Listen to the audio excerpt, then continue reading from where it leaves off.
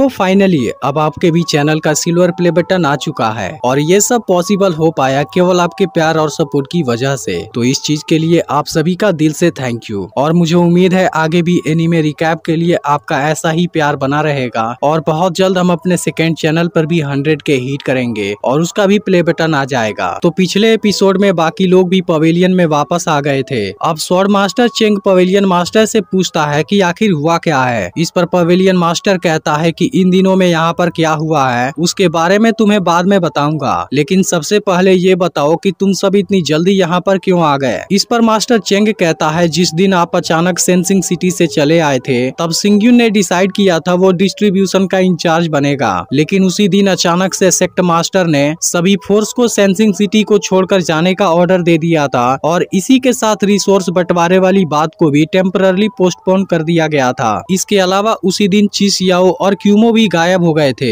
इसलिए हम सभी तो वहाँ से चले आए, लेकिन सिंग्यून और कुवान सिंह अभी भी वहीं हैं। ऐसा लगता है उनको अभी वहाँ पर कोई जरूरी काम पूरा करना है जिसकी वजह से दोनों हमारे साथ में नहीं आ पाए। अब इन बातों को जानकर पवेलियन मास्टर सोचने लगता है मैं सेंसिंग सिटी से जैसे ही बाहर आया स्टार सिटी में कुछ अजीब सी चीज हुई थी, सभी फोर्स को वहाँ से जाना पड़ा। इसके अलावा रिसोर्स बंटवारे जैसी बड़ी सी चीज को भी पोस्टपोन कर दिया गया और साथ में चिस याओ और क्यूमो भी अचानक से गायब हो गए। फिर सोचता है सिंग्यून और कुवान सिंह को भी इसी वक्त कोई जरूरी काम पड़ गया, लेकिन आखिर इतना सारा कोइंसिडेंस कैसे हो सकता है। इसके बाद पवेलियन मास्टर एक बॉक्स ओपन करता है जिसके अंदर बहुत से वेपन होते हैं, लेकिन इसमें से 2 वेपन टूटे हुए थे, जिसे देखते ही पवेलियन मास्टर हैरान हो जाता है और तुरंत बाद यहाँ रेड आर्मी को बुलाता है। फिर इनको ऑर्डर देता है जहाँ सिंग्यून रहता है उस जगह को पूरी तरह से सील कर दो और उसके साथ जिनका भी रिलेशन है चाहे वो कोई भी हो उनको तुरंत पकड़ो। जिसके बाद रेड आर्मी अपने काम पर निकल जाती है, लेकिन तभी मास्टर चेंग पूछता है क्या आपको सिंग्यून के ऊपर शक है। इस पर पवेलियन मास्टर कहता है कि सिंग्यून जब से एंशिएंट स्टार सीक्रेट रिल्म से बाहर आया है उसकी पावर हद से ज्यादा बढ़ गई है, इसलिए मुझे पूरा शक है मेरे वहाँ से आने के बाद उसने ही उन दोनों को मारा होगा। इसके अलावा कुवान सिंह ऑन द स्पॉट उसको एक्सपोज नहीं किया।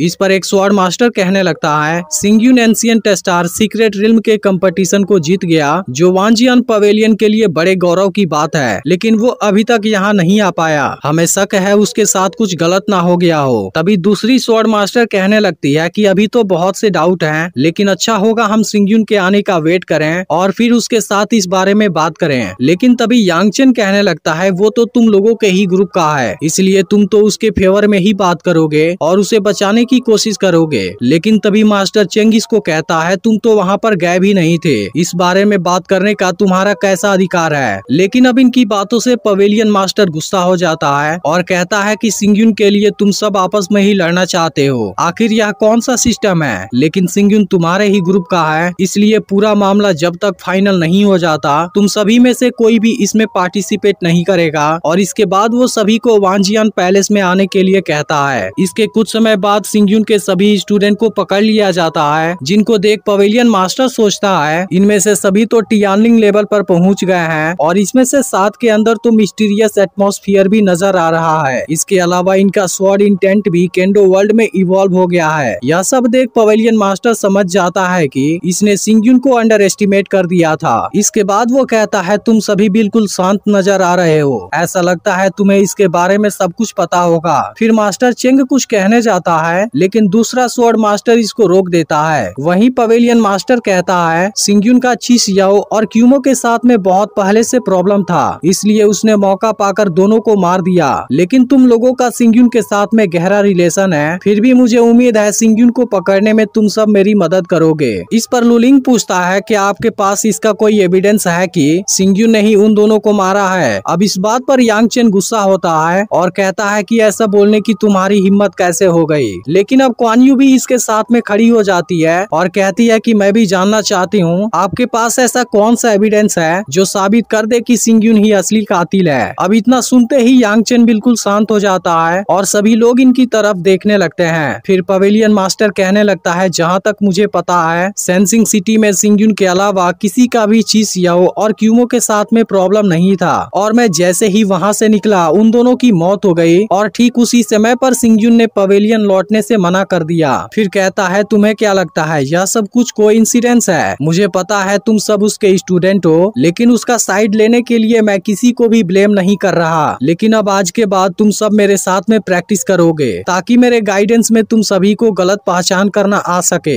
इस पर क्वान यू कहती है, आपने जो भी बात कही वो बिल्कुल सही है, लेकिन फिर भी यह सब कुछ केवल आपका अनुमान है, इसलिए चाहे कोई भी हो, मैं सिंगयुन के अलावा किसी और को अपना टीचर नहीं बना सकती। यह देख सब हैरान होते हैं और कहते हैं यह लड़की पागल तो नहीं हो गई। लेकिन इसी वक्त क्विंग यो भी इसके साथ में खड़ी हो जाती है और अब सी हाओ भी इनका साथ देने लगता है, जिसकी वजह से यहाँ का पूरा माहौल रोमांचित हो जाता है। इसके बाद पवेलियन मास्टर कहता है, जब तक हमें कोई एविडेंस नहीं मिल जाता तब तक तुम सभी को वान फेंगया में जाकर रहना होगा। अब इस बात को सुनते ही सभी लोग हैरान हो जाते हैं, क्योंकि वहाँ पर बहुत खतरनाक हवा चलती है जो एक ऑर्डिनरी आदमी के बॉडी को बिल्कुल चीर देगी। लेकिन अब क्विंग सुआन भी इनके साथ में खड़ी हो जाती है और इस पनिशमेंट के लिए तैयार हो जाती है। इसके बाद ये सभी एक साथ यहाँ से निकल जाते हैं, लेकिन यहाँ पर जो आखिरी स्टूडेंट बच गया था वो पवेलियन मास्टर को अपना टीचर बनाने के लिए तैयार हो जाता है और इसी के साथ एपिसोड एंड हो जाता है, जिसका अगला एपिसोड ट्यूसडे को रिलीज होगा। लेकिन अगर आपने पिछला पार्ट मिस कर दिया हो तब लेफ्ट वाली वीडियो को जरूर देख लेना और चैनल को भी सब्सक्राइब करके नोटिफिकेशन को ऑल पर जरूर सेट कर देना।